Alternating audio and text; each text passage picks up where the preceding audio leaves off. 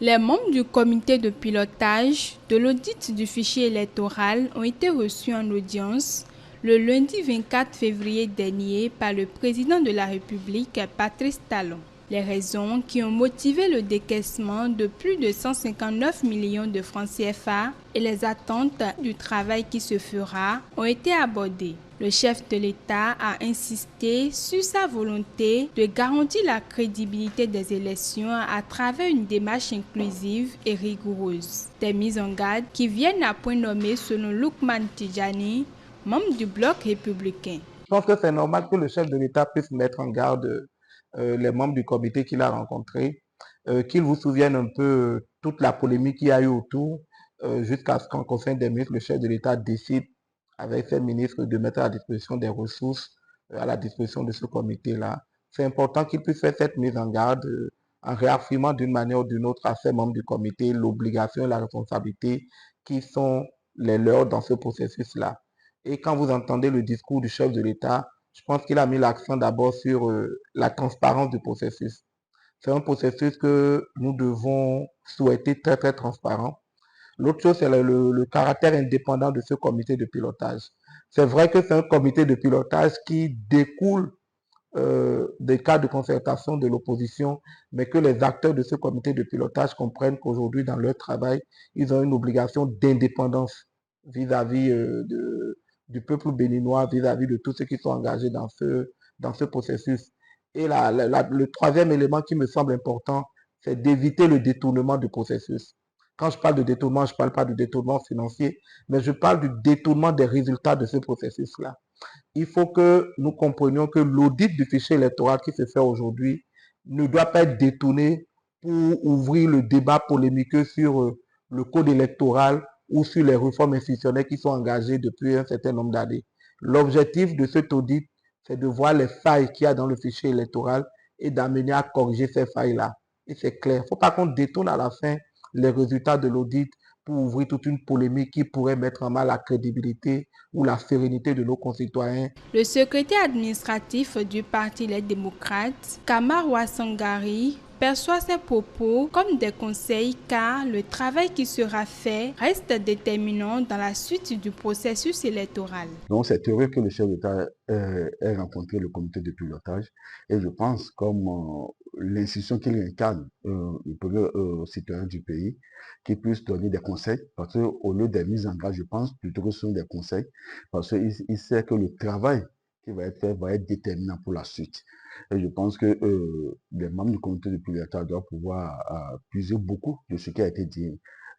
Et d'ailleurs, quand vous voyez les personnalités qui sont au niveau de ce comité de pilotage, vous comprenez que c'est des gens qui sont responsables, qui connaissent le contenu de l'audit d'un fichier électoral.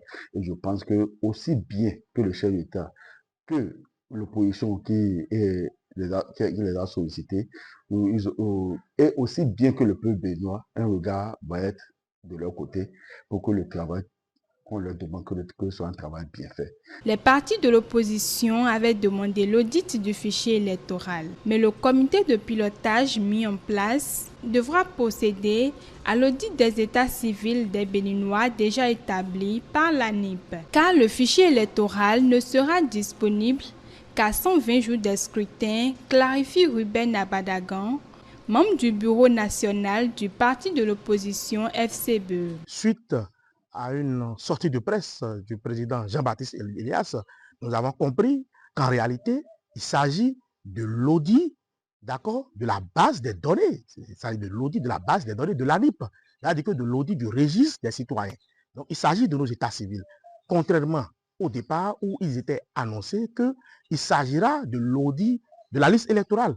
Et vous allez voir, pendant que le cadre de concertation était dans sa tournée de rencontrer les partis politiques de la mouvance. Ils ont eu comme réponse qu'à la date d'aujourd'hui, qu'il n'existe pas encore de fichier électoral, de liste électorale à auditer. Donc le chef de l'État demande au comité de pilotage de faire un travail républicain indépendant sans influence des partis politiques parce qu'il ne souhaiterait pas que l'audit, d'accord, de la base des données puisse servir, d'accord, de discours à remettre en cause le processus électoral, a demandé une relecture du code électoral des assises nationales.